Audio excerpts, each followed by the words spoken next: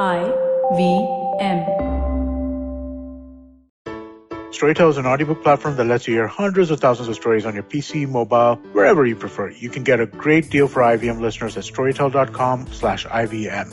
This week I'm going to recommend The Ivory Throne by Manu Pillai. This is a book about the history of Kerala. Manu is an incredible writer and helps you truly understand the history of the region. I first heard him talk about this book on the Filter Coffee podcast with Karthik Nagarajan, and I couldn't wait to dive into this one after I heard that conversation. So, how do you get this book? Go to storytel.com/IVM, and what you'll do is when you sign up over there, instead of $2.99, you'll get your first month for 99 rupees. So you get $200 off on your first month. Go to storytel.com/IVM and go check out The Ivory Throne by Manu Pillai. Great book.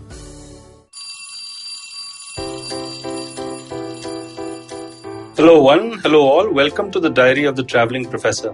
And I'm Siddharth Deshmukh, your friendly neighborhood traveling professor himself. Now in Pune, but still in quarantine. Yeah, I finished my Mumbai sojourn, which was my quarantine as soon as I came back from the UK. And now I'm in Pune, kind of enjoying my second week of quarantine. Well, you got to look at the bright side of life. I just love the view outside my window, and that is kind of green, beautiful, lovely. It kind of is very addictive. In fact, I just feel like going into my balcony and just enjoying that view, and my eyes can't be taken away from it. You're wondering what the hell I'm talking about? Yeah, well, this is exactly what I wanted to talk about today. And it is this connection of being hooked to a particular experience. Yes, that's right. Today's diary entry is about being hooked. Now, when Nir Eyal wrote this book a few years back, I read it and I was amazed at the simplicity at which, in which it was written, really. Because, as he says in his wonderful framework, there's a trigger that connects to an action that leads to a variable reward, and the variable reward leads me back to contributing to the system. Now, you're wondering what kind of gobbledygook this is, but just picture this for, let's say, Instagram. Imagine that you see a notification on Instagram. That's a trigger. You open Instagram and you see that somebody's liked your photo. And then you see, okay, 270 people have liked your photo. So it kind of leads you to an action saying that maybe I should make my photo or my video part of my story. And then it becomes a bit of an action that you've taken quite spontaneously, mind you, not in a very, very thoughtful way. And then it leads to maybe a variable reward. Maybe some people like your story. Some people don't particularly like your story. Maybe your next video or post gets more views or maybe less views. There's variableness in the reward. And then it goes back to you saying, how could it not have worked out? Maybe the lighting was wrong. Maybe the angle in which I did the whole shoot was wrong. Yeah, he took my photo wrong. And you know how we feel when something on Instagram or on Facebook or on Twitter doesn't go quite the way in which we have envisaged it in the vision of our mind. And so that actually, funnily enough, that irritation leads us to invest back into the system, right? Which leads again to a trigger because you get another notification from the so-called social media. And this goes on and on and on. The trigger, action, variable reward, and investment back into the system, leading back to a trigger. Interesting, isn't it? And the reason why I find it even more interesting now, because something called Clubhouse has come into the picture. And I'm wondering how Clubhouse is going to actually fare. Okay, I think for anybody who has been lucky enough to be invited onto the Clubhouse experience, and actually having seen it, because I have that invite and I've been part of Clubhouse, and I think it's only available for the iPhone guys right now. And it's invite only. So I guess it is a bit of a snob value there. But once you are in there, you can't do a lot of things. You can't text. You can't put a video. All you have to do is join a conversation or start a conversation. And that conversation also doesn't last, So I was wondering whether this has the elements of being hooked. And then I figured out that perhaps it does have the elements of being hooked. How so? Let me explain. Sometimes less is more.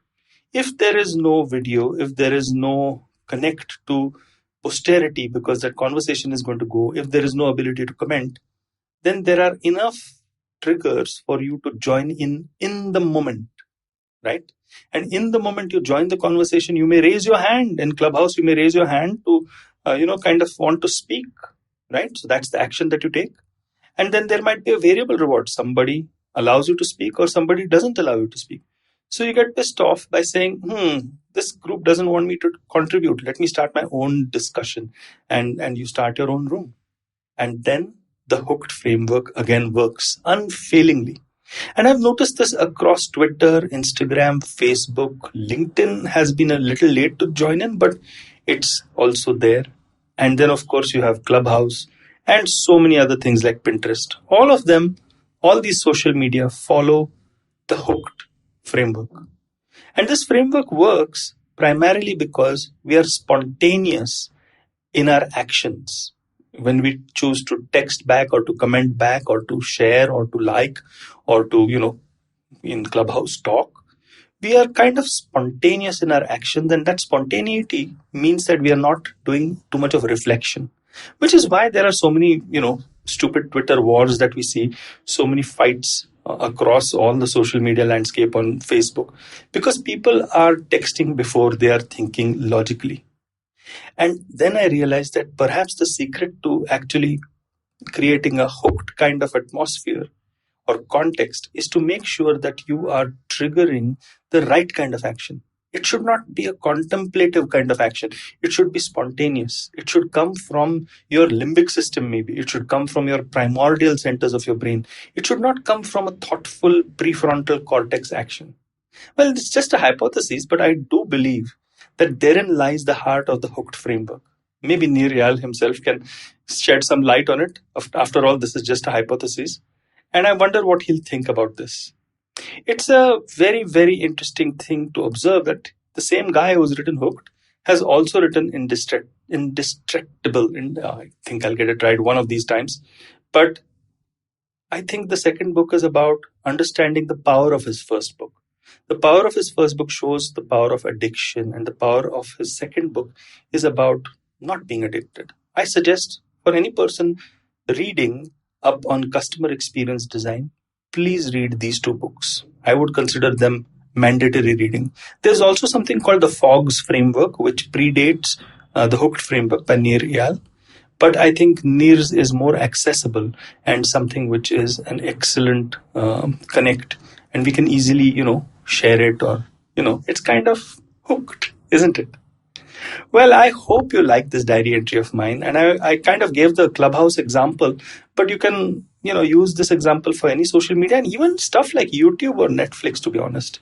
Sometimes you figure out that there are elements of hook that are working, but there are elements of hook that are not working in normal customer experiences, like perhaps going to a coffee house. Yeah. So maybe the hooked framework kind of falls apart when it's not social media, or maybe when it's not stuff like Netflix or YouTube, but it has got a huge amount of merit. Well, the Traveling Professor Investigates, by the way, this time is looking into the future of masks, and where I've compared it to whether it will go the ties way or the seatbelts way. Do take a look at that video series. It's up on LinkedIn and on Instagram, wherein you can connect with me. I'm the Traveling Professor.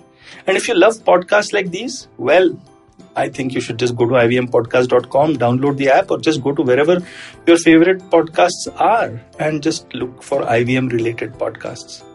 And until another time when we meet again, perhaps my last time in a Pune-based quarantine. See you soon. I hope you enjoyed that show. If you aren't following us on social media, please do. We're IVM Podcasts on Twitter, Facebook, and Instagram.